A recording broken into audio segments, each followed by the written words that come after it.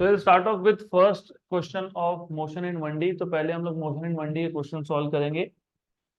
A body moves 6 metre north. आपको पता होना चाहिए नॉर्थ मतलब होता है जे कैप. तो बॉडी मूव 6 मीटर नॉर्थ मतलब 6 J cap. 8 metre east, east होता है आई कैप, तो 8 I cap. And 10 metre vertically upwards, vertically upwards होता है के कैप. क्योंकि डायरेक्शंस जो होते हैं ना, हम लोग ग्राउंड पे डायरेक्शंस डिफाइन करते हैं. ग्राउंड मतलब हॉरिजॉन्टल प्लेन पे. तो ये एक चीज है जो आपको याद रखनी पड़ेगी. When you talk about directions, directions हमेशा होते हैं हॉरिजॉन्टल प्लेन पे, वर्टिकल प्लेन पे नहीं, हॉरिजॉन्टल प्लेन पे. At this point of time जहां मैं देख रहा हूं वो है वेस्ट, और तुम जहां देख रहे हो वो है ईस्ट. उल्टा है. Where I am looking is east, where you are looking is west. East वहां पे वेस्ट. ईस्ट से 90 डिग्री एंटी क्लॉकवाइज नॉर्थ, और 90 डिग्री क्लॉकवाइज साउथ. तो पहले ये पता होना चाहिए आपको. तो हॉरिजॉन्टल प्लेन पे यू नो ईस्ट, और ईस्ट को हम लोग बोलते हैं आई कैप. तो वेस्ट बन गया माइनस आई कैप, वेस्ट बन गया माइनस आई कैप. नॉर्थ को हम लोग बोलते हैं जे कैप, तो साउथ हो गया माइनस जे कैप. अगर मैं अब ग्राउंड से ऊपर जाने लगूं, ग्राउंड के ऊपर, तो वो हो गया के कैप, और ग्राउंड के नीचे तो वो हो गया माइनस के कैप. तो यहाँ पे जो 10 मीटर वर्टिकली अपवर्ड बोला है मतलब 10 के कैप आएगा वो. What is the resultant displacement from initial position. तो what is the resultant displacement from initial position, simple question है. फॉर एग्जांपल मैं यहाँ पे एक 3 डायमेंशनल स्पेस ले लेता हूँ एक्स वाई जेड. इसको हम लोग बोल देते हैं एक्स, इसको हम लोग बोल देते हैं Y, and let us call this as Z. Question में क्या बोला है, क्वेश्चन में आपको बोला है the particle body move 6 metre north. 6 metre north, तो 6 मीटर नॉर्थ मतलब यहाँ पे आ गया. उसके बाद कहाँ गया, 10 मीटर ईस्ट. 10 मीटर ईस्ट मतलब यहाँ गया, करेक्ट. और उसके बाद कहाँ गया उसके बाद, 10 मीटर वर्टिकली अपवर्ड्स. उसके बाद वो गया 10 मीटर वर्टिकली अपवर्ड्स, ऐसा. अब एक काम करेंगे, जहां से इसने स्टार्ट किया था, कहाँ से स्टार्ट किया था, यहाँ से स्टार्ट किया. तो जहां से स्टार्ट किया था उस स्टार्टिंग पॉइंट को ओरिजिन पे रख देंगे, बेटर ऑफ.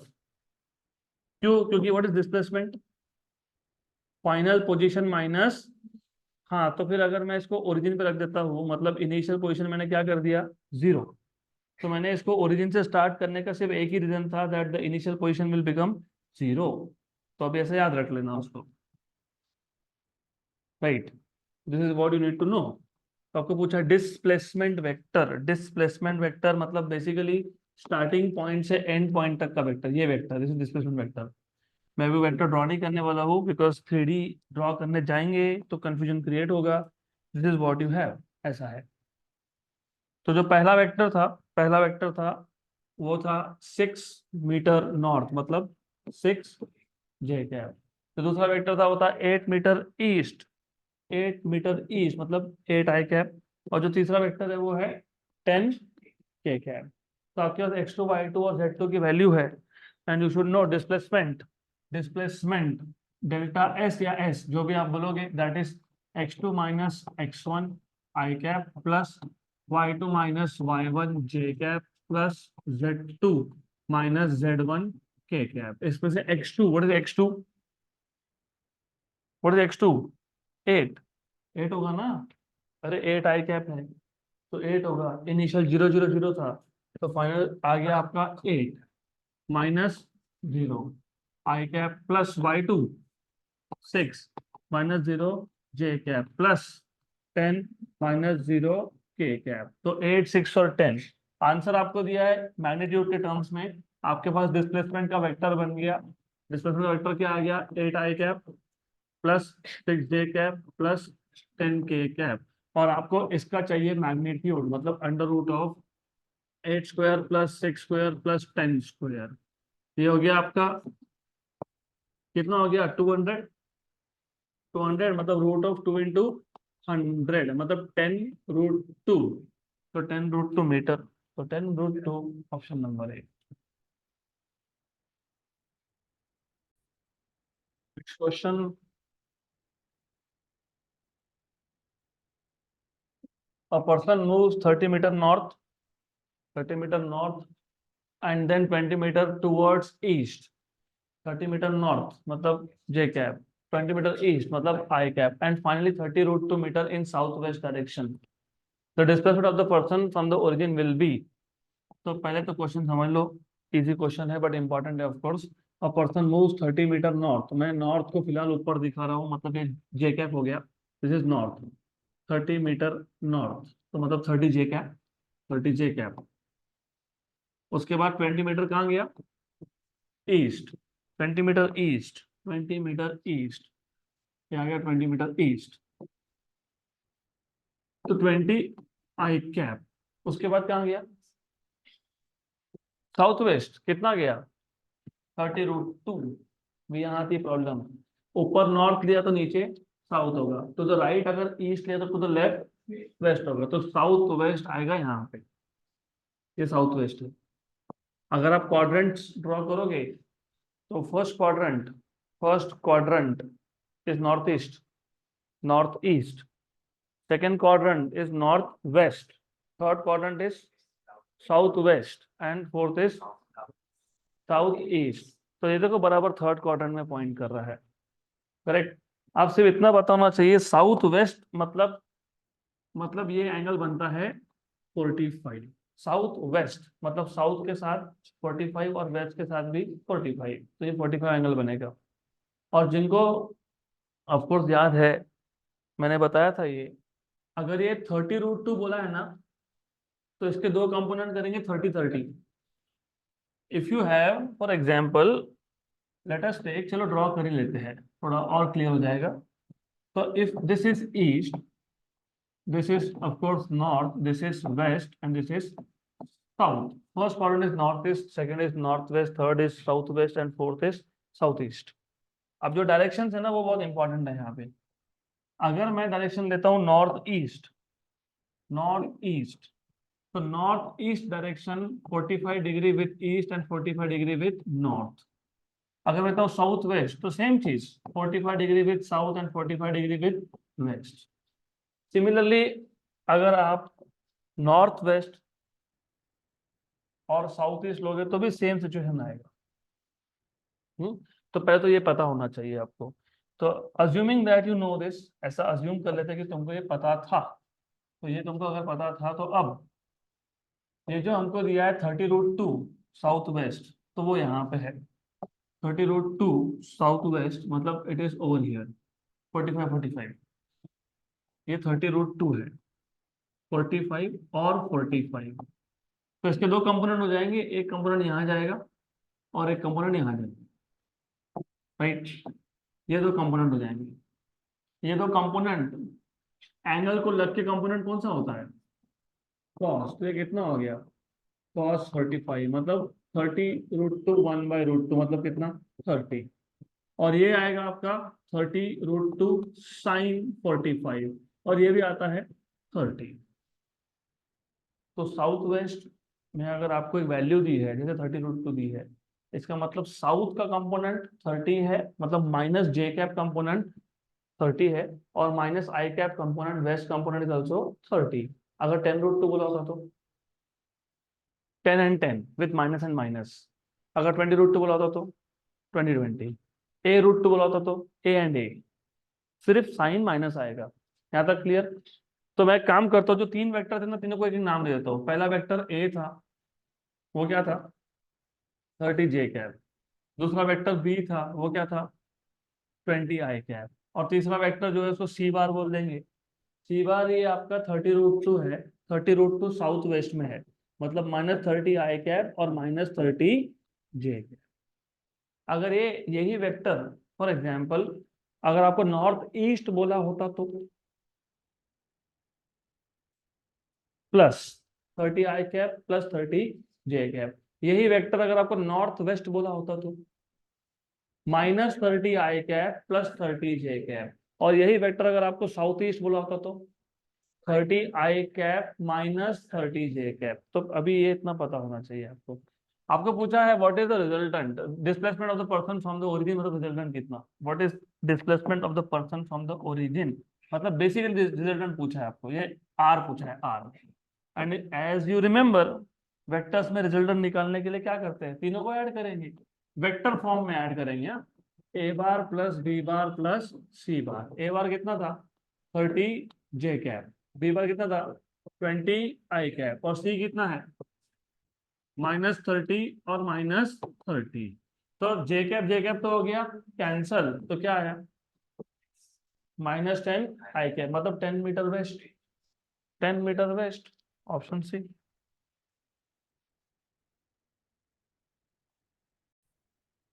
Next question.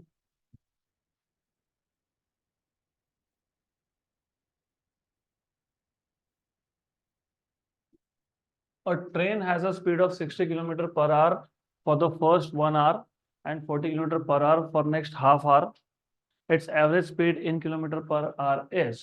तो ऐसे टाइप के क्वेश्चन में 60 + 40/2 नहीं करते हैं, नहीं करते हैं। वो क्यों नहीं करते हैं, क्योंकि 60 kilometre per hour for first 1 our था और 40 kilometre per hour for next half hour था। आपको एवरेज स्पीड पूछा है। Average speed is total distance upon total time, मतलब टोटल डिस्टेंस का पाथ लेंथ भी बोलते हो।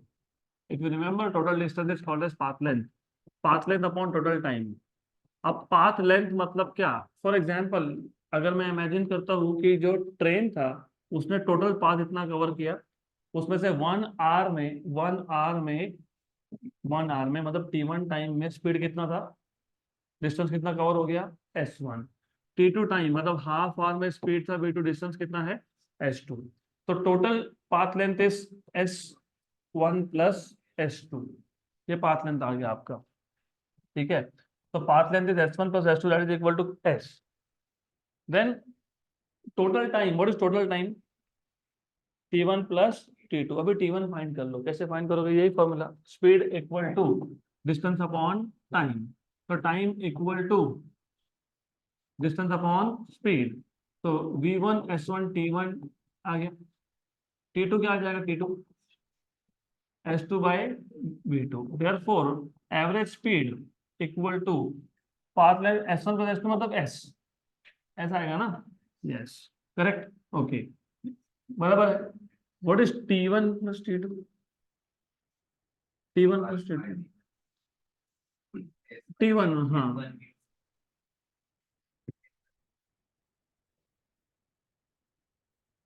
क्या, थोड़ा सा पहले अच्छे से क्वेश्चन पढ़ लेना, पहले क्वेश्चन पढ़ लेना, फिर देखना कि क्या दिया है और क्या नहीं दिया है, उसके हिसाब से सब्स्टिट्यूशन करना होता है।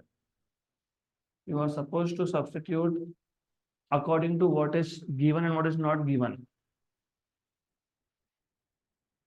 S1 + S2 ठीक है, S T1 + T2 की वैल्यू पता है ना, फिर तो क्या करेंगे,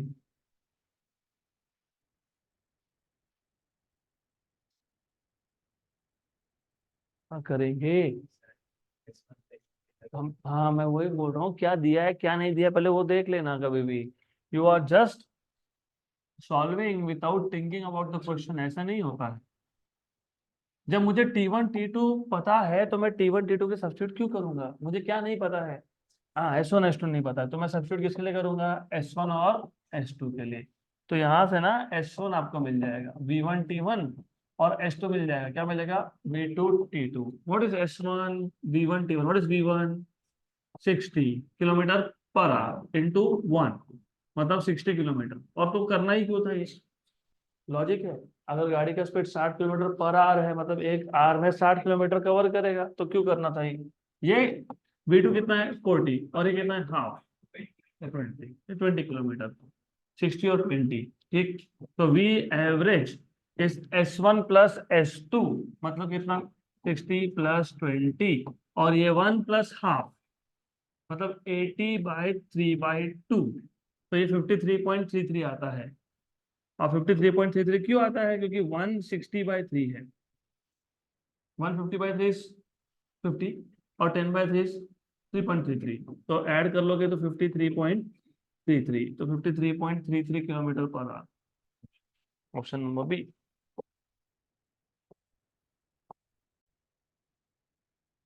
नेक्स्ट क्वेश्चन, अगला क्वेश्चन।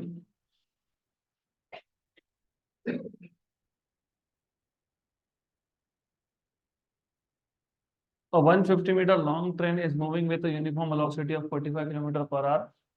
150 मीटर का लॉन्ग ट्रेन है which is moving with velocity of 45 kilometre per our. सबसे पहले वेलोसिटी को कन्वर्ट कर लेते हैं मीटर पर सेकेंड में। तो मीटर पर सेकेंड में कन्वर्ट करने के लिए 5/18 से मल्टीप्लाई करोगे।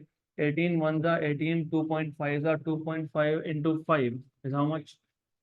12.5. So 12.5 meter per second is the speed of train. The time taken by the train to cross a bridge of length 850 meter is. तो 850 metre length के ब्रिज को cross करने में उसको कितना टाइम लगेगा ऐसा आपको पूछा है। तो मान लेते हैं ये ब्रिज है and then you have a train which is 150 metre long. अब ट्रेन क्रॉस करने का एग्जैक्ट मतलब क्या होता है कि ट्रेन का फ्रंट एंड एंटर किया और जब तक बैक एंड लेफ्ट नहीं किया तब तक हम लोग बोल नहीं सकते कि क्रॉस हुआ है। क्रॉस होना मतलब जब तक उसका बैक एंड पूरा का पूरा ब्रिज क्रॉस नहीं होता तब तक आप बोल नहीं सकते कि ट्रेन ने ब्रिज क्रॉस कर लिया। तो फिर आपको पता होना चाहिए ये डिस्टेंस से लेके यहाँ तक जाएगा, उसमें से ये डिस्टेंस कितना था 850 मीटर और ये कितना है 150 मीटर। तो टोटल डिस्टेंस कितना हो गया 1000 मीटर। तो distance travelled is 1000 metre at a speed of 12.5 metre per second. तो what will be time? What will be time? What will be time? Distance upon speed. Distance upon speed. Distance कितना है 1000 और ये कितना है 12.5। 1 जा and 80 जा तो 80 सेकेंड्स। 80 सेकेंड्स। अब before we go to the next question पहले एक बार क्वेश्चन देख लो। लेंथ कितना है 150, ब्रिज का लेंथ कितना है 850, तो टोटल डिस्टेंस कितना है 1000, स्पीड कितना है 45 kilometre per hour. Look at this question. 100 metre long train is moving with a uniform velocity of 45 kilometre per hour. पिछले केस में भी 45 किलोमीटर पर आवर था। The time taken by the train to cross a bridge of 1 kilometre length. Bridge का length 1000 और train का length 100 तो 1100। पिछले case में 1000 मीटर डिस्टेंस ट्रेवल करने में विद द सेम स्पीड कितना टाइम लगा 80 सेकेंड्स। इस केस में 1000 से ज्यादा डिस्टेंस ट्रेवल करना है विद द सेम स्पीड तो टाइम भी ज्यादा लगेगा। एक ही ऑप्शन है जो 80 सेकेंड्स के ऊपर है, ओनली वन ऑप्शन, तो 88 हो गया। तो अगला क्वेश्चन, इसलिए पूरा पूरा ध्यान यहाँ पे दो क्योंकि फास्ट होने वाले हैं क्वेश्चन यहाँ पे, तो ध्यान होना चाहिए। अब bullet fired into fix target. Fix target क्यों? क्योंकि जब बुलेट किसी टारगेट पे लगता है तो टारगेट भी मूव हो सकता है। इन्होंने बोला है फिक्स मतलब मूव नहीं होगा। Loses half of its velocity after penetrating 3 centimetre. Bullet उस टारगेट के 3 सेंटीमीटर अंदर जाने के बाद अपना हाफ वेलोसिटी लूज कर गया। How much further it will penetrate before coming to rest assuming it faces constant resistance to motion. ऐसे क्वेश्चंस को सॉल्व करने के लिए हमेशा दो केसेस में डिवाइड कर लो। पहले केस का इंफॉर्मेशन आपको दूसरे केस में यूज करना पड़ेगा। पहले तो क्वेश्चन क्या है वो समझ लो अच्छे से। एक फिक्स टारगेट है, let us take this as a fix target. इसमें एक बुलेट फायर कर दिया हमने, बुलेट फायर कर दिया, तो we are firing a bullet. यहाँ पे एक बुलेट फायर कर दिया। मान लेते हैं कि इसका जो इनिशियल वेलोसिटी था, मैंने इसे इनिशियल मतलब टारगेट के अंदर जाने से पहले, टारगेट के अंदर जाने से पहले इस बुलेट का जो वेलोसिटी था उसको मैं u मान लेता हूँ। तो लेट अस से वेलोसिटी हियर इज u। तो इसका मतलब initial velocity of first case is u। 3 centimetre penetrate करने के बाद, 3 सेंटीमीटर पेनिट्रेट करने के बाद मतलब s1 डिस्टेंस ट्रेवल करने के बाद इसका जो स्पीड हो गया वो हाफ ऑफ इनिशियल है। तो क्वेश्चन में बोला है इट लूजेस हाफ। ठीक, अब और कितना ये पेनिट्रेट करेगा, और कितना ये पेनिट्रेट करेगा before coming to rest. Before coming to rest मतलब सेकेंड केस का फाइनल वेलोसिटी है 0 और आपको पूछा है s2। क्या पूछा है आपको? s2। क्या पूछा है आपको? s2। तो इसको मैं दो केस में डिवाइड करता हूं। s2, अगर आपको s2 फाइंड करना है, look you have v2, you have final velocity of second case, you have initial velocity of second case. क्यों? क्योंकि जो फर्स्ट केस का फाइनल था वो सेकंड केस का बन जाएगा इनिशियल। तो v2 पता है, u2 पता है, s चाहिए तो v square equal to u square plus 2as। तो v2 square equal to u2 square plus 2as, s2 basically. a2 नहीं लिखा क्योंकि क्वेश्चन में बोला है the bullet faces constant resistance, मतलब जितना रिटार्डेशन उसका पहले केस में हुआ होगा उतना ही उसका दूसरे केस में होगा, इसलिए मैंने a2 नहीं लिखा। a1 and a2 are same. तो अब प्रॉब्लम क्या है कि v2 तो पता है 0, ये तो 0 है। u2 भी पता है, u2 is v1, v1 is u by 2, उसका स्क्वायर बाय 4। तो क्या पता नहीं है? a। तो a हमको यहां से मिल जाएगा, v1 square equal to u1 square plus 2as1। What is v1? v1 तो u स्क्वायर बाई 4, और ये आ गया u स्क्वायर, और ये हो गया 2a इंटू 3। मुझे पता है सेंटीमीटर है 3, आंसर भी वैसे सेंटीमीटर में है तो मैं कन्वर्ट नहीं कर रहा हूँ, उसको मैंने सेंटीमीटर में ही रख लिया। तो I am not converting because final answer is also in centimetre. इसको सॉल्व करेंगे अब। तो ये हो गया, ये यू स्क्वायर यहाँ पे आ गया, तो u square by 4 minus u square minus 3u square by 4 equal to 6a। 1 जा एंड 2 जा, तो a equal to minus u square by a equal to minus u square by a। ठीक है, तो ये जो माइनस यू स्क्वायर बाई 8 है इसको यहाँ पे सब्स्टिट्यूट करेंगे, 2u स्क्वायर बाई 8 और s2, आंसर आएगा 1 जा एंड 4 जा। तो ये यहाँ पे आ गया u square by 4 into s2 equal to u square by 4, u square by 4 cancel हो गया तो हो गया 1, तो 1 centimetre. Option number B. Next question,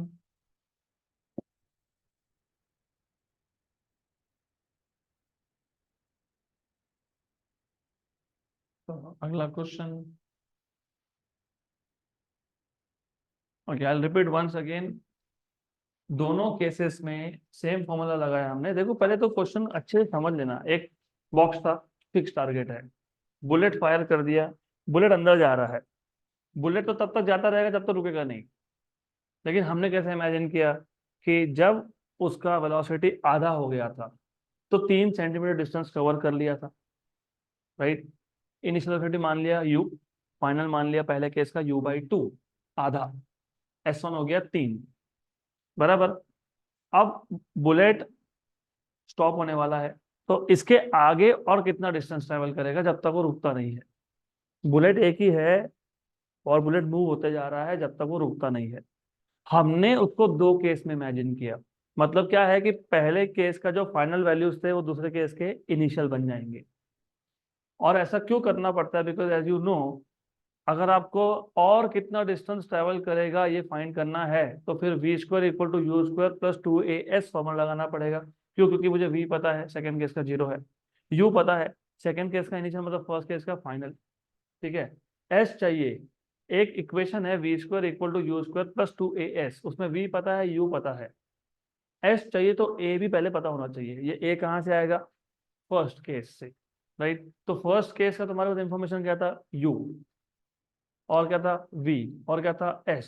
फिर वही equation v square equal to u square plus 2as, right. तो पहले केस से आपने a फाइंड कर लिया और वो a आपने सेकंड केस में यूज कर लिया।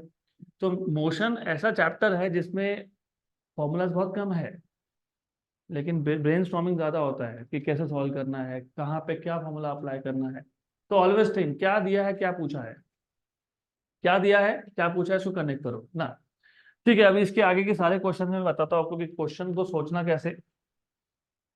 अब तो थोड़ा सा स्लो कर लेंगे, कोई बात नहीं, लेकिन you have to understand how to solve a question of physics. Two boys are standing at the ends A and B of a ground. Two boys are standing at the ends of a ground, okay, where AB is equal to A.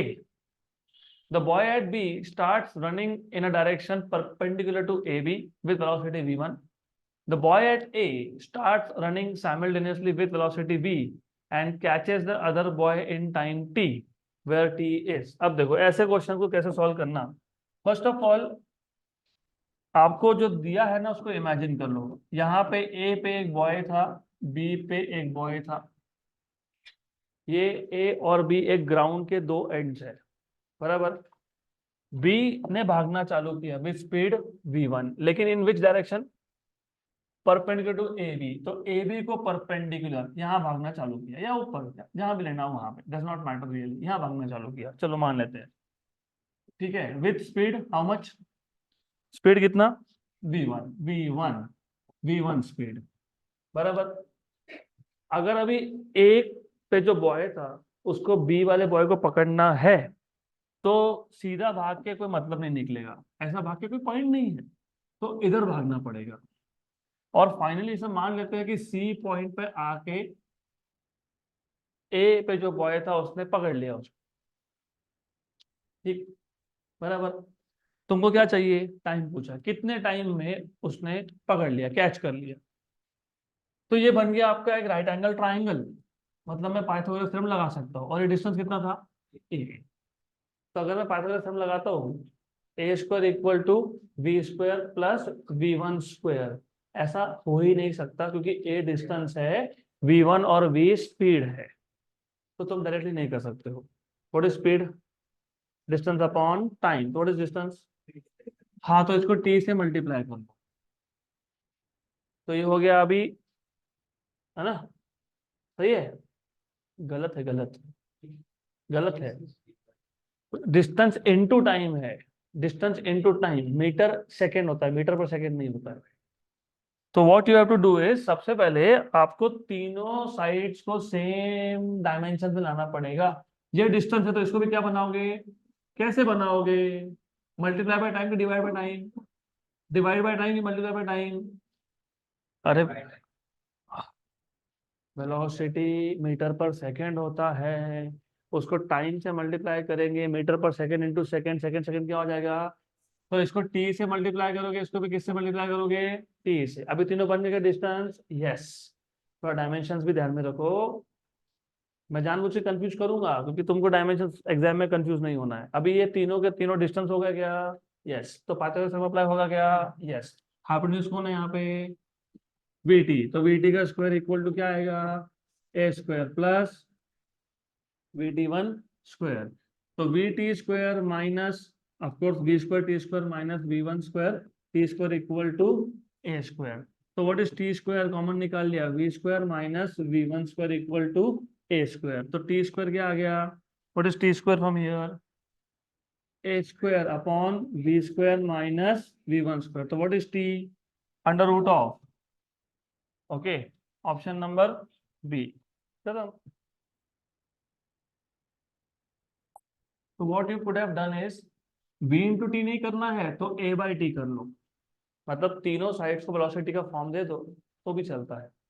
या तो a by T करो, अगर a by T नहीं करो तो vt और v1 T कर लो। Next question,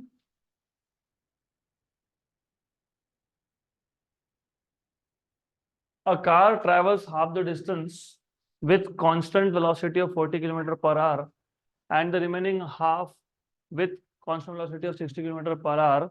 The average velocity of the car in kilometer per hour is, सबसे पहले you need to remember this, half distance बोला है, हाफ टाइम नहीं बोला है, half distance with speed of 40 and other half with 60।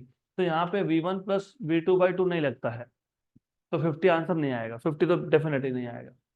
अब ये question मैंने क्यों दिया, और ऐसे 3 क्वेश्चन और आएंगे, और वो तीनों क्वेश्चन होने के बाद मैं आपको एक ट्रिक बताऊंगा कि ऐसे टाइप के क्वेश्चंस के फॉर्मूला याद कैसे रखने। अभी एक डिराइव करके दे रहा हूँ, वैसे डिराइव नहीं करना चाहिए था, 2v1 v2 अपन v1 प्लस v2 ऐसा फॉर्मूला बनता है उसका। तो आप तो बोल रहे हो एवरेज, एवरेज तो तुमने v1 प्लस v2 बाई 2 सीखा है, वो टाइम एवरेज होता है, जब टाइम हाफ और हाफ टाइम, हाफ टाइम के लिए स्पीड v1, हाफ टाइम के लिए स्पीड v2, तो v1 प्लस v2 बाई 2। यहाँ पे तुमको टाइम पे इंटरवल करके दिए कि डिस्टेंस पे, डिस्टेंस, तो डिस्टेंस पे जब इंटरवल करके दे तो क्वेश्चन सॉल्व कैसे करते हैं, रिमेम्बर ये बहुत सिंपल केस है, इसके बाद 3 केस और आएंगे कॉम्प्लिकेटेड, और फिर मैं चौथा बताऊंगा हाउ टू रिमेम्बर फॉर्मूलाज। तो जो पहला हाफ डिस्टेंस था, हाफ हाफ डिस्टेंस क्लियरली बोला है, मतलब S1 की वैल्यू S/2 है और S2 की वैल्यू भी S/2 है। ये विद स्पीड V1 था, ये विद स्पीड V2 था। याद रखिए, good. How do you find out average? Total distance upon total time. Total distance तो S है, upon total time. What is T1? S1 by V1, S1 by V1। What is T2? S2 by V2। ये substitute कर दो तो आपको मिल जाएगा average velocity, average speed equal to S upon S1 by V1 plus S2 by V2। S1 is S/2 और S2 is also S/2, तो S/2 आ गया common, 1/V1 plus 1/V2। SS हो गया कैंसल, SS हो गया कैंसल, और 2 गया ऊपर, नीचे बचा 1/V1 प्लस 1/V2, उसको कर लिया cross multiply.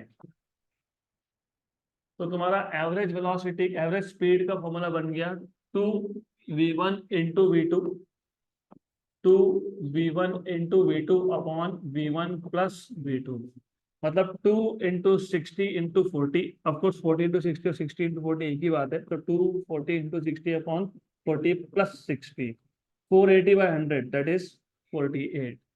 48 option number.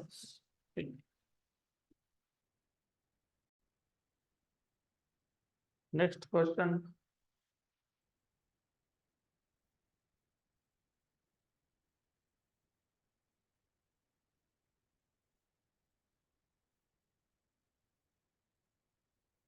A particle experiences a constant acceleration for 20 seconds। 20 second के लिए पार्टिकल पे कांस्टेंट एक्सेलरेशन है, सिर्फ 20 सेकंड के लिए, स्टार्टिंग फ्रॉम रेस्ट। स्टार्ट होने के बाद 20 सेकंड तक कांस्टेंट एक्सेलरेशन है। If it travels a distance S1 in first 10 seconds, a distance S2 in next 10 seconds, then what is the relation between S1 and S2? The particle starts from rest and it experiences a constant acceleration for 20 seconds. Distance traveled by particle in first 10 seconds is S1 and in the next 10 seconds is S2। तो S1 और S2 का relation क्या है? अब ऐसे question को solve करने के लिए नॉर्मली हम लोग क्या करते हैं, नॉर्मली हम लोग उसको 2 केसेस में डिवाइड करते हैं। एक होता है पहले 10 सेकंड के लिए, right, for the first 10 seconds, right, और दूसरा होता है नेक्स्ट 10 सेकंड्स के लिए, करेक्ट। हम ऐसा करेंगे नहीं इसको, हम लोग करेंगे सॉल्व इसको पहले 10 सेकंड के लिए और पहले 20 सेकंड के लिए। उसका रीजन है, बताता हूँ। आपको डिस्टेंस को रिलेट करना है, डिस्टेंस और टाइम दिया है, मतलब ऐसा कौन सा इक्वेशन है जिसमें S और T हो और U भी दिया हुआ है, S equal to UT plus 1/2 AT²। You had information about time और वैसे डिस्टेंस को रिलेट करना है तो डिस्टेंस तो चाहिए ही, और तुमको U की भी वैल्यू दी है, कितनी है, 0। तो पहले केस के लिए मैं इसको S1 बोल रहा हूँ, इसको मैं यहाँ पे T1 और T1 बोल रहा हूँ, तो S1 बन जाएगा 0 प्लस 1/2 A10² दैट इज 58, 100/2 58। दूसरे केस में क्वेश्चन ये आता है कि जब नेक्स्ट 10 सेकंड बोला था तो फिर हमने पूरे 20 सेकंड क्यों लिया? देखो ऐसा है कि तुम अगले 10 सेकंड पे तुमको करना है करो, तुम 11 से 20 करना है कर सकते हो, लेकिन याद रखना ये U शुरू में 0 था, 11 सेकंड पे 0 नहीं था, तो तुमको पहले 11 सेकंड पे वेलोसिटी फाइंड करना पड़ेगा। कैसे करोगे? V equal to U plus AT। तो तुमको अगर अगले 10 सेकंड का करना है तो 11th सेकंड पे वेलोसिटी फाइंड करना पड़ेगा U plus AT, V equal to U plus AT। उससे बेटर क्या है, उससे बेटर है मैं पहले 10 सेकंड देखता हूँ फिर पहले 20 सेकंड देखता हूँ, क्योंकि मैं हर बार पहले से स्टार्ट कर रहा हूँ, तो इनिशियल वेलोसिटी कितना है, 0। तो यहाँ पे डिस्टेंस S इक्वल टू क्या लिखोगे, UT प्लस 1/2 AT²। सही है। T कौन सा, T2। T कौन सा, T2। S कौन सा, S2। गलत है, S1 प्लस S2, क्योंकि पहले 10 सेकंड में S1 था, अगले 10 सेकंड में S2 था, तो पहले 20 सेकंड में S1 प्लस S2 था, S1 प्लस S2 का, उसमें से S1 कितना है 50, U कितना है 0, हाफ ए टी स्क्वायर 20 का स्क्वायर मतलब 400/2 कितना 200, 200 तो 200 A, तो S2 कितना आ गया 150A, 200 में से 50 गए, इसको मैं ऐसा ले लेता हूँ 3 × 50A, है ना, तो S2 equal to 3 times of S1 is S2/3, S1 is S2/3, option number B. Next question, अगला क्वेश्चन। तो फिर इस क्वेश्चन में याद रखो कि हमने T2 20 सेकेंड सिर्फ इसके लिए लिया क्योंकि अगर मैं T1 11 से 20 सेकेंड लेता तो मुझे 11th सेकेंड पे वेलोसिटी फाइंड करना पड़ता और वो सेकेंड केस का इनिशियल स्पीड बन जाता। यहाँ पे अगर मैं 0 से देखता हूँ तो इनिशियल स्पीड कितना है 0 है। अगला question, the coordinates of a moving particle at any time are given by x equal to at square and y equal to bt square. The speed of the particle at any moment is, first of all ये पता होना चाहिए, हम लोग पढ़ रहे हैं motion in 1D, motion in 1 dimension, motion in straight line, और यहाँ पे आ गया 2D का क्वेश्चन। ये भले ही 2D का क्वेश्चन हो लेकिन ये स्ट्रेट लाइन मोशन है। स्ट्रेट लाइन मोशन तो अलोंग एक्स एक्सिस हो सकता है, अलोंग वाई हो सकता है, अलोंग जेड हो सकता है, अलोंग एक्स वाई हो सकता है, अलोंग एक्स जेड हो सकता है। स्ट्रेट लाइन मोशन तो स्ट्रेट लाइन मोशन है, तो लीनियर मोशन है। नंबर 2, अगर आपको थ्योरी पार्ट याद है तो मैंने बताया था आपको कि 2D मोशन को तुम दो 1D मोशन में डिवाइड कर ही सकते हो, और अगर तुमने 2D मोशन को दो 1D मोशन में डिवाइड किया है और अगर तुमको वेलोसिटी पूछा है, वेलोसिटी का मैग्नीट्यूड मतलब स्पीड, ये होता है √(vx² + vy²। तो तुम vx फाइंड कर लो dx/dt और vy फाइंड कर लो dy/dt। x क्या दिया है 80², तो डेरिवेटिव ऑफ 80² और y है bt², तो derivative of bt²। A constant वो बाहर, t² का डेरिवेटिव 280, b कांस्टेंट वो बाहर, डेरिवेटिव इज 2bt। तो आपका मिल गया vx, आपका मिल गया vy, ये आप सब्स्टिट्यूट कर दोगे v में तो v equal to √280² + 2bt² + 2bt का स्क्वायर, इसमें से t² और 2t², 2t का स्क्वायर कॉमन क्या रहा a² + b², और ये 2t² का root 2t √(a² + b², 2t √(a² + b²। Next question, पुढचा प्रश्न। चलो अगला question, a body is moving from rest, तो बॉडी स्टार्ट्स फ्रॉम रेस्ट मतलब again initial velocity is 0 under constant acceleration, मतलब ए की वैल्यू हमेशा सेम रहेगी। Let s1 be the displacement in first p-1 seconds, ये इंपॉर्टेंट है, first p-1 second, and s2 be the displacement in first p seconds, ये भी important है, ये फर्स्ट फर्स्ट लिखने का कुछ मतलब होता है वहां पे। Displacement in p² - p + 1th, ये th का भी कुछ मतलब है, सेकेंड विल बी। तो आपको पता होना चाहिए काइनेमेटिक्स से टोटल टोटल एक्चुअली 5 इक्वेशन आप यूज करते हो, स्केलर फॉर्म, वेक्टर फॉर्म, दोनों अगर आप गिनोगे तो 10 हो जाते हैं वो। Scalar form v = u + at, s = ut + 1/2at², v² = u² + 2as, sn = u + a/2 × 2n-1। तो s के तुम टोटल 3 फॉर्मूला यूज करते हो, 3। एक s = ut + 1/2at², एक होता है SN = u + a/2 2n-1, मैं लिखने वाला हूँ यहाँ पे, डोंट वरी। तीसरा होता है s = what is speed distance upon time, what is distance speed into time. जब मैं पूरे मोशन में कितना डिस्टेंस ट्रेवल हुआ, जब मैं ये कैलकुलेट करता हूँ तो v को लिखते हो average velocity, average. What is average speed, v + u/2 × t, तो s = v × t, सही है, कौन सा v, एवरेज। तो ये लिखते हो v plus you by two into T. ये आपका s का और इक्वेशन है। चलो ठीक है, हमको इसमें इंटरेस्ट नहीं है, हमारा इंटरेस्ट है s equal to u t plus one half a t square s N equal to u plus a by two N minus one. I want to know two things from you. Number one, कौन सा कब use करना है? तो s equal to u t plus one half a t square कब use होता है? जैसे आपको बोला पहले 10 सेकंड में कितना डिस्टेंस ट्रेवल हो गया, पहले 12 सेकंड में कितना हो गया, पहले 5 सेकंड में कितना हो गया, मतलब टोटल टाइम के लिए distance travel by a body in total of T seconds, total 10 second, total 12 second, total T seconds मिला के। जैसे यहाँ पे क्या बोला है, first P minus one seconds, तो पहले पी माइनस वन सेकेंड तो पहला फॉर्मूला, फर्स्ट पी सेकेंड तो पहला फॉर्मूला, राइट। और जब आपको पूछा हो फॉर एग्जाम्पल, मान लेते हैं टोटल मोशन था 10 सेकेंड का, उसमें हमको कैलकुलेट करना है कि सेवेंथ सेकेंड में, मतलब पर्टिकुलर सेवेंथ सेकेंड में कितना डिस्टेंस ट्रेवल हुआ। देखो ऐसा है ना, suppose I am an object, I am performing motion, let us say for 10 seconds. If I want to find out what is the distance traveled in this 10 seconds, तो पहला formula. Now I was in motion, I am an object, मुझे देखना है कि exactly third second में, 3 से 4 second के बीच में, मतलब वो पर्टिकुलर एक सेकेंड जो है ना, थर्ड टू फोर्थ, उसमें कितना डिस्टेंस ट्रैवल हुआ। उसके लिए क्या यूज करते हो?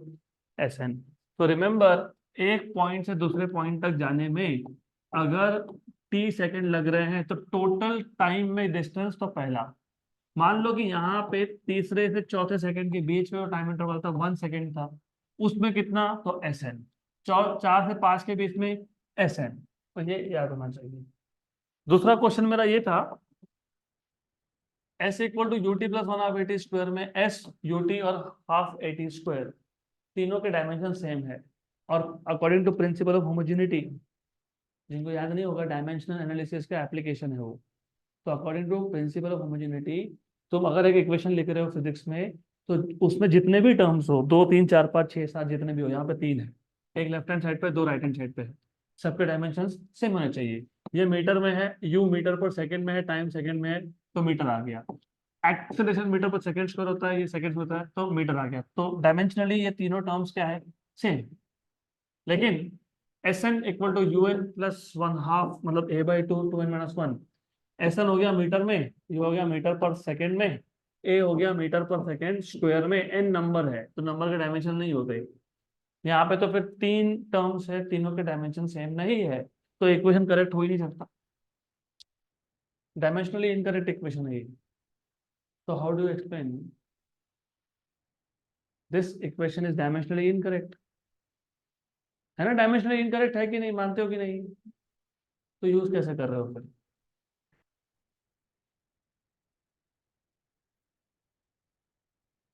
ये इक्वेशन मैंने अभी बताया for particular 1 second of time के लिए, तो इधर भी टाइम है लेकिन 1 सेकेंड है, इधर भी 1 सेकेंड का स्क्वायर है।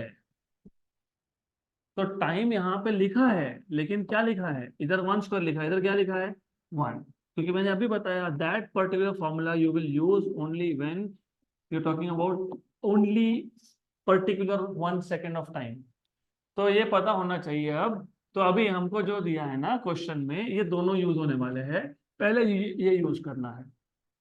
क्या बोला है आपको? आपको बोला है S1 is the displacement in first p minus 1 second, S1, और इनिशियल स्पीड कितना था, 0, half a p minus one, क्योंकि टाइम की वैल्यू p माइनस वन है, तो p माइनस वन स्क्वायर। तो S1 equal to a by two, p minus one square, तो लिखना है, एक्सपेंड करना है तो कर लो, p square minus two p plus one, करना है तो कर सकते हो। S2, what will be S2? 0 plus one half A P square, क्योंकि टाइम यहाँ पे p बोला है इसलिए, तो S2 आ गया आपका half A P square, half A P square. Equation 1, equation 2। और आपको बोला है कि P square minus P plus one second में, P square minus P plus one second में कितना डिस्टेंस ट्रेवल हुआ। तो u इज 0, a बाई टू, टाइम, ये n क्या लिखोगे, n, n की वैल्यू क्या दी हुई है, क्या दी हुई है, क्या दिया हुआ है, P square minus P plus one, और साथ में और एक माइनस वन और एक है।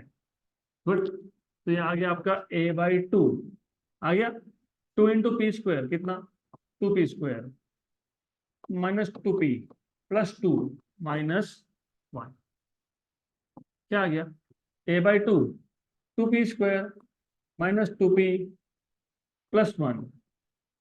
ठीक, इसको मैं ऐसा लिखूं क्या, a by to p² plus p² minus 2p plus 1, कुछ नहीं है, 2p² को स्प्लिट कर दिया, कर सकते हैं क्या वैसा, कर सकते हैं, ऑफकोर्स कर सकते हैं। This is equal to a p² by two plus a/2 p² minus 2p plus 1, बराबर।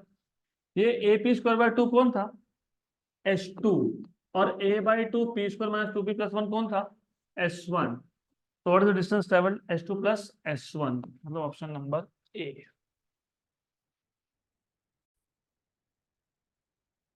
नेक्स्ट क्वेश्चन,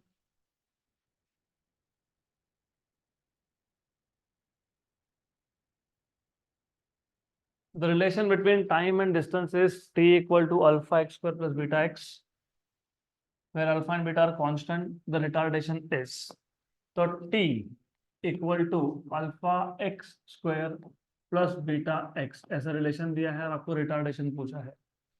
रिटार्डेशन मतलब एक्सेलरेशन, एक्सेलरेशन होता है dv बाई dt, और v होता है dx बाई dt, v होता है dx बाई dt। नॉर्मली हमको जब इक्वेशन दी जाते हैं ना, जैसे अभी इससे पहले भी आया था x इक्वल टू at² लिखा हुआ था, नॉर्मली हमको जो इक्वेशन दिए जाते हैं उसमें x is a function of time, normally ऐसा होता है, लेफ्ट हैंड साइड पे x, राइट हैंड साइड पे टाइम, तो x is a function of time. तो हम लोग क्या करते हैं, डायरेक्टली इसका डेरिवेटिव ले लेते हैं विद रिस्पेक्ट टू टाइम, और उसको बोल देते हैं वेलोसिटी। लेकिन यहाँ पे उल्टा है, यहाँ पे time is a function of x, t left hand side पे है, x राइट हैंड साइड पे है, तो time is a function of x। और हमको पूछा है व्हाट इज एक्सेलरेशन, तो एक्सेलरेशन के लिए क्या चाहिए, v, v के लिए क्या चाहिए, dx बाय dt। तो अभी इसको क्या करेंगे, फिर एक काम करो, तुम dx बाई dt मत निकालो, तुम dt बाई dx निकाल लो और उसका रेसिप्रोकल कर लो। तो क्या करेंगे, डिफरेंशिएट करेंगे with respect to x। Normally हम differentiate with respect to time करते हैं, यहाँ पे कर लेंगे विद रिस्पेक्ट टू x, मतलब dt बाई dx। तो derivative with respect to x, alpha x² plus beta x। Alpha x² में से अल्फा कॉमन, अल्फा आ गया, कांस्टेंट है, सॉरी कॉमन नहीं, कांस्टेंट है बाहर, कांस्टेंट बाहर, x² derivative 2x, beta x में से बीटा बाहर, डेरिवेटिव ऑफ x इज 1, तो क्या आएगा बीटा, तो 2 अल्फा x प्लस बीटा। पहले टर्म का डेरिवेटिव जब लोगे ना, फर्स्ट टर्म का डेरिवेटिव जब हम लोग लेंगे, फर्स्ट टर्म का, अभी मैथ्स आप सबका है ऐसा मेरा अजम्पशन है, और मैथ सबका है और तुम 12वीं में हो, मतलब तुम्हारा कैलकुलस हुआ होगा, ये भी अजम्पशन है। अल्फा बाहर, कांस्टेंट है इसलिए बाहर, एक्स का डेरिवेटिव 2x, बीटा कांस्टेंट है इसलिए बाहर, dx बाई dx 1। हाँ, तो ये है dt बाई dx, क्या है ये, इसका उल्टा रेसिप्रोकल, dx बाई dt क्या आएगा, 1/2 अल्फा x प्लस बीटा, बस ये वेलोसिटी है। तो आपके पास v मिल गया 2 अल्फा x बाई बीटा का reciprocal, 1/2 alpha x plus beta. आपको क्या चाहिए, एक्सेलरेशन dv बाई, अभी और एक प्रॉब्लम खड़ा हो गया, तुम derivative of velocity with time तब लोगे ना जब वेलोसिटी टाइम पे डिपेंड करेगा, वो तो कर रहा है x पे डिपेंड, टाइम पे तो करता नहीं है। फिर इसमें हम लोग मैथ्स का चेन रूल यूज करते हैं, डेरिवेटिव्स का चेन रूल, सिर्फ यहाँ पे एडजस्ट कर लेते हैं dx को। अब it कैंसिल मत करना, हमने एडजस्ट किया है कैंसिल कर दोगे। व्हाट इज दिस, वेलोसिटी, उसको पहले लिख दिया। उसको पहले क्यों लिखा, क्योंकि क्या होता है ना, कभी कभी, I am sorry for this, I know this is nonsense, लेकिन मैंने देखा है ऐसा, इधर भी है ना। हाँ, तो क्या करते हैं, v² लिख देते हैं, वो v² नहीं है, वो मल्टीप्लीकेशन, राइट, होता है, घाई घाई में होता है, पर मैथमेटिकली गलत है वो। फिर तुमको a चाहिए तो तुमको dv बाई dx चाहिए, तो v तुम्हारा क्या था, 2 अल्फा x प्लस बीटा था। अब तो रेस टू -1 था, ऑफकोर्स -1 ना, डिनोमिनेटर में ऊपर गया तो -1। अभी तुमको यहाँ पे डेरिवेटिव लेना पड़ेगा v का। इसके लिए तुमको पता होना चाहिए, तुमको ये पता होना चाहिए, अगर हमारे पास derivative of f of x raise to n हो, तो उसका रूल होता है n, f of x raise to n-1 into derivative of f of x। हम अगर कंपेयर करें तो हमारा f ऑफ x ये है, और अगर कंपेयर करें हमारा n-1 है। तो अभी बताओ मेरे को, अच्छे से बताओ क्या है इसका derivative. -1 2 alpha x plus beta n-1 -1 into derivative of f of x, मतलब 2 अल्फा x प्लस बीटा। ये हो गया -2 alpha x plus beta raise to -2। 2 alpha x का डेरिवेटिव होगा 2 अल्फा, बीटा का होगा 0, क्योंकि बीटा कांस्टेंट है। ये हो गया माइनस, अगर आपको पता तो है ही, इसको ऐसा लिख सकता हूँ क्या मैं, 2 alpha x plus beta raise to -1 का स्क्वायर। हाँ लिख सकते हैं, यस। और ये क्या साथ में 2 alpha. Very good, very good. तो आपको मिल गया dv/dx इक्वल टू -2 अल्फा, या 2 अल्फा आगे लिख दिया। ये कौन था, v था, तो क्या बन गया v स्क्वायर। और रिटार्डेशन क्या है, v dv/dx। तो v, what is dv/dx, -2 alpha v square, मतलब -2 अल्फा v क्यूब, माइनस मतलब रिटार्डेशन, तो 2 alpha v cube, 2 alpha v cube. Option number.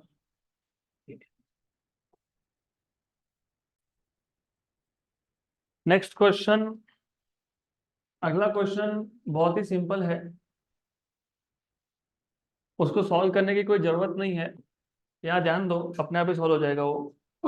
Initial velocity of a body moving along a straight line is 7 metre per second, u की value 7 metre per second है।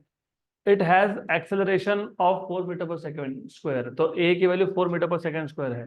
The distance covered by the body in the 5th second of its motion is, मतलब s n का फॉर्मूला, s N equal to u plus a by 2 into 2n-1। You की value कितनी है 7, कितनी है 7, तो पहला टर्म 7, उसको अलग रखो। ए बाई 2 4/2 2, ए बाई 2 2n-1 था ना, तो ए की वैल्यू 4, 4/2 इज 2, 2n-1, एन की वैल्यू 5 है, 10 में से 1 गया 9, और बाहर 2 था, 9 इंटू 2 18, और 7 25।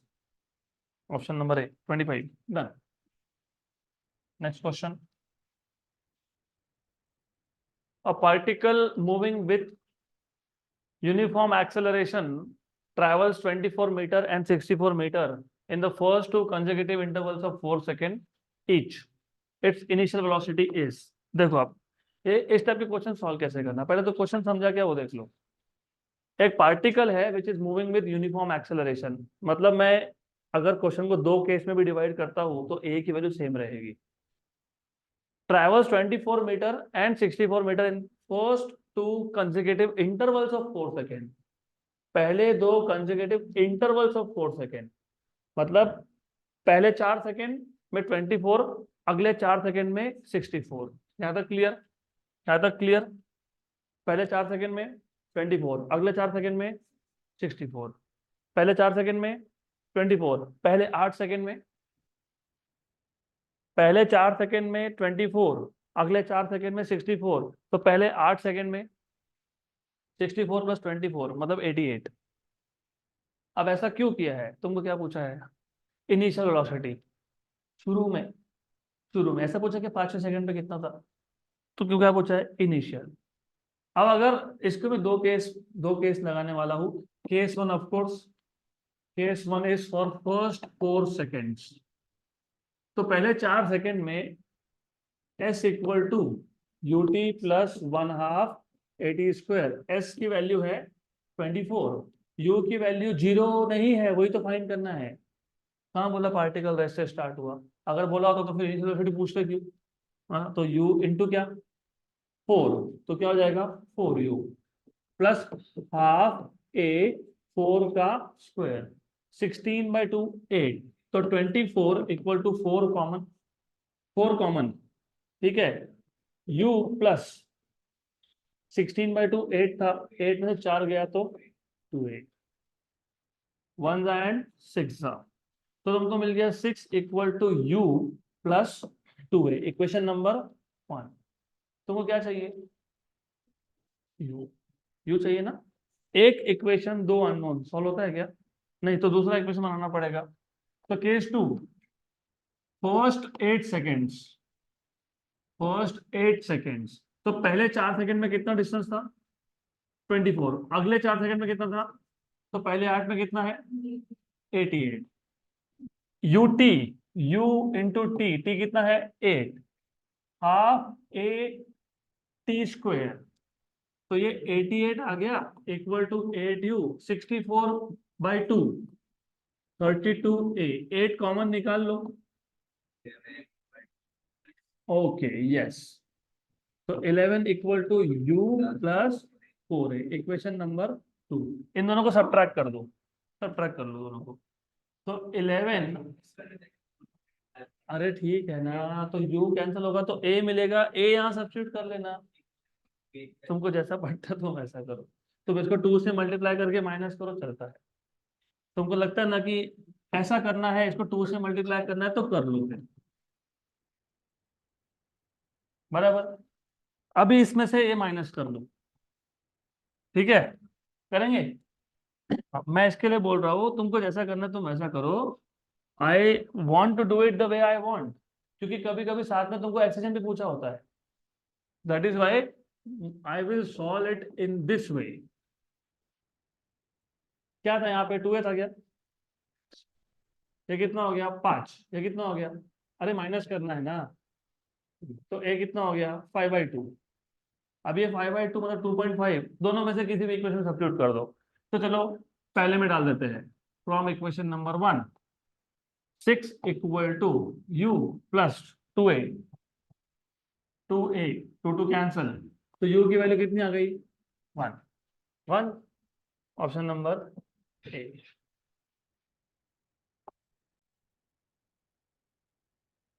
तो ऑब्वियसली इफ यू वांट, अगर तुमको पहले ए नहीं फाइंड करना है, इस क्वेश्चन में ए पूछा नहीं था, तो तुम यहाँ पे इक्वेशन 1 को 2 से मल्टीप्लाई कर लेते, तो 12 equal to 2u plus 4a होता, उसमें से इक्वेशन 2 माइनस कर लेते, तो u की वैल्यू 1 मिल जाती, डायरेक्टली मिल जाती है, फाइन।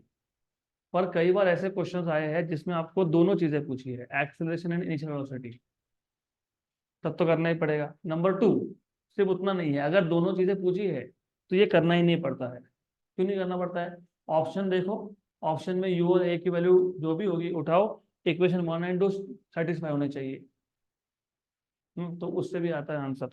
Good, done. अब इसमें भी वो चीज तुम कर सकते हो, यहाँ भी तुम वो चीज कर सकते हो। मैं अगर पहला ऑप्शन लेता u की वैल्यू 1 और 1 लिखता, क्या लिखता मैं यहाँ पे 1, तो 6 माइनस 1 मतलब 5, 5 इक्वल टू 2 मतलब a इक्वल टू, और इधर भी वही करता फिर। हाँ, तो 11 इक्वल टू u की वैल्यू 1, 1 प्लस 4a, तो 10 इक्वल टू 4 है, a इक्वल टू, हो गया। हाँ, तो ऐसा तुम कर सकते हो, गुड। हाँ, फिर बाकी वैल्यूज के लिए आएगा कि नहीं आएगा, करके देख लो, नहीं आएगा। इफ आई पुट 10, u के लिए 10 डालता हूँ मैं, तो 6 माइनस 10 -4, तो a के लिए -2, यहाँ रिटार्डेशन बन गया। यहाँ पे तुम डालोगे तो a की वैल्यू 1/4 आएगी, तो दोनों इक्वेशन सेटिस्फाई हुए नहीं, तो ऐसा भी कर सकते थे। तो this is also what you can do. Next question, the position of a particle moving in xy plane at any time t is given by x equal to 3t square minus 60 meter and y equal to t square minus 2t meter। तो x और y दिया है, select the correct statement about moving particle from the following. अभी पहले question अच्छे से समझ लो, एक पार्टिकल है जो मूव हो रहा है, उसका position as a function of time, मतलब x और y के कोऑर्डिनेट्स दिए as a function of time. आपको बोला है कि इन चारों में से क्या करेक्ट स्टेटमेंट है, बताओ। Acceleration of the particle is 0 at t equal to 0 second, velocity of the particle is 0 at t equal to 0 second. Velocity of the particle is 0 at t equal to 1 second. Velocity and acceleration of the particle are never 0. First of all, अगर आपको acceleration पूछा है तो पहले तो तुमको velocity find करना ही पड़ेगा, करना पड़ेगा ना। तो पहले वेलोसिटी का चेक कर लेना, y का आएगा t² माइनस 2t। तो पहले तुम एक काम करो, यहां से vx निकाल लो डेरिवेटिव करके, और अभी मैं टाइम वेस्ट नहीं करूंगा। 3 बार ये आ गया 60 माइनस 6 और ये आ गया 2t माइनस 2। क्वेश्चन यही खत्म हो गया। क्वेश्चन यहाँ क्यों खत्म हो गया पता है? If I put t equal to 1, if t equal to 1 तो vx 0 और vy भी 0। vx और vy 0 है तो vx square plus vy square का रूट भी 0 है। तो velocity is 0 at t equal to done. So that's it for today.